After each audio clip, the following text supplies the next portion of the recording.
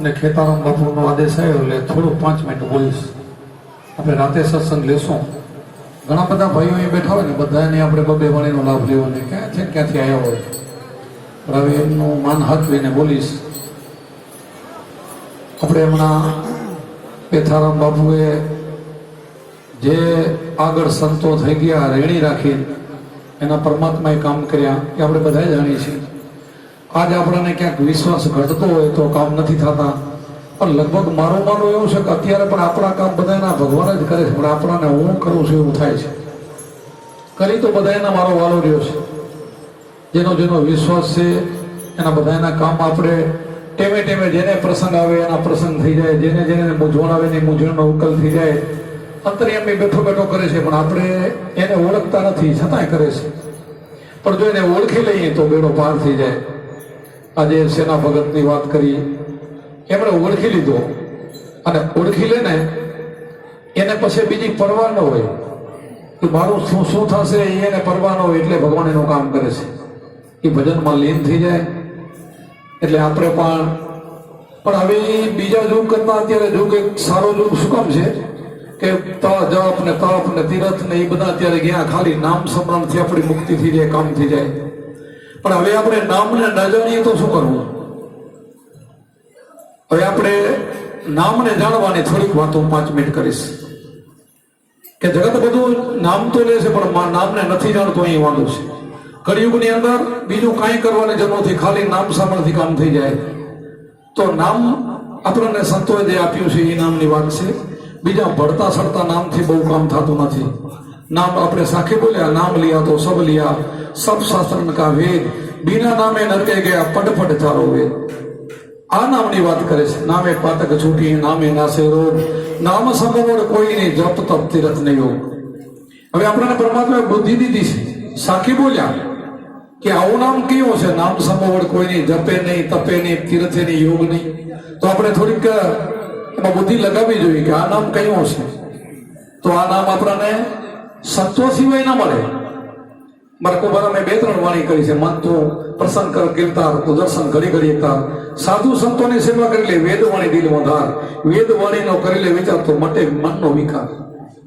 આપણા સંતો એમ કીધું કે વેદ ને વાણી એક થાય. સંત બોલે ને વેદ વાક્ય છે. સંતો ભરવા નથી કે વેદ, પણ બોલે વેદ બની જાય. એટલા માટે આપણે નામ ઉપર આવીએ છીએ ત્યારે બહાર નથી જવું, પણ એ નામ જાણવા માટે સંતોની જરૂર પડશે. એટલે સંતોને નામ એક તાર તો માટે તારા જન્મ મરણ, સંતોનો સંગમાં કરવો જોઈએ. નવદા ભક્તિમાં આવે પ્રથમ કર સંતન કે સંગા. સંતો સિવાય નહીં આપણું કામ થાય, કારણ કે આપણા જેટલા અવતારો જન્મ લીધા એ પણ સંતોને શરણે ગયા. જે કોઈ બી તમે સંત કયો, ભગવાન કયો, પણ એમને એમ જો એને શરણો કોઈનો લઈ, કોઈ મને દેવ કે સંત તમે કે ભગવાન બતાવો, છે નહીં કોઈ. આપણને ખબર ન હોય જુદી વાત. એટલે એ દેહના નામને ચોટ્યા ન રહીએ અને જે અનામી નામ છે ગુરુમાં જ બતાવે છે એ નામનો આપણે પકડ કરી લઈએ તો આપણો બેડો પાર થઈ જાય. કોટિક નામ સંસારમાં તેથી મુક્તિ ન હોય, આદિ નામ ગુપ્તે જાણે બિરલા કોઈ.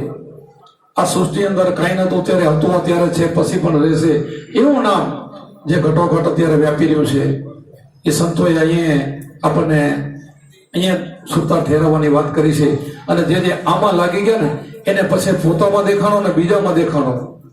બહાર ભીતર સબગઢ વસે ઈ વચન છે સાચો, જ્યાં જાઉં જ્યાં દૂજો નથી, સદગુરુનો વાસો, નસો નામનો હાચો. આપણી અંદર દેખાય બીજામાં, એ ભગતને દેખાણા બીજામાં. સંતો આવ્યા, બીજ વેચીને પણ એમને જમાડ્યા, અને રેતી વાવી ખેતરમાં કેટલો સંતો ઉપર સામે એને ભગવાન દેખાણો. મને એકમાં જ દેખાતો હોય, હું આમ કરતો હું કે હું જ્ઞાની છું, આમ છું, તેમ છું, એવું થતું હોય તો આ બધી અધુરસ. એટલા માટે આ નામ જાણવાનો સંતોએ બધાને આગ્રહ કર્યો છે. અને એ નામ આપણે સંતોને નહીં મળીએ ત્યાં સુધી નહીં મળે.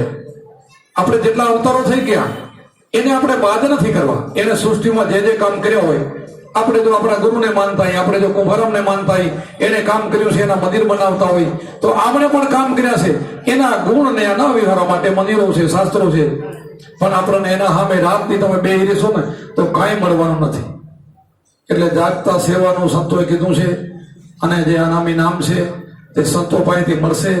સંતોની પહેલા સેવા કરવી પડે, પછી સંતો રાજી થઈને તમને શ્રવણ આપે, શ્રવણમાંથી ધ્યાન થાય, ધ્યાનમાંથી જ્ઞાન થાય, તો તો તમારો વાંધો મટી જાય ને બેડો પાર થઈ જાય, જીવમાંથી શિવ બની જાય. આપણને બધાને ખબર છે, સત્સંગ કરીને હું સમજાવવું નથી, બધા સમજો છો કે એક ભમરી હોય અને ઈંડારને પકડે અને માટીનું ઘર બનાવી એમાં પૂરી નખ મારી અને ગુંજન કરી મૂકી દે, એનું ચિંતવન કરતા કરતા જો એક ઈયળ હોય પાણી જેવી સવોન મરી જાય, એમાંથી જો ભમરી બનતી હોય તો માણસને કેટલી વાર લાગે.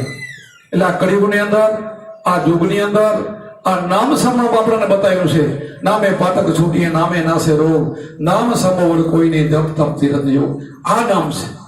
આપણા જન્મ પછી જે દેહના નામ પડે, કોઈ મહારાજ આપે, કોઈ થઈ આપે, એ તો પછી પડે છે અને દેહનો નાશ પણ થઈ જાય. પણ એટલું કહું કે આ દેહથી તમે ભજન કરશો, જે અનામી નામનું ભજન કરશો તો એ દેહનું પણ નામ અમારે છે. આપણે મીરાબાઈ કહ્યું, નરસિંહ મહેતા કહ્યું, કબીર કહ્યું, આ સંતોને આપણે યાદ કરીએ છીએ તો એના નામ યાદ રહેશે.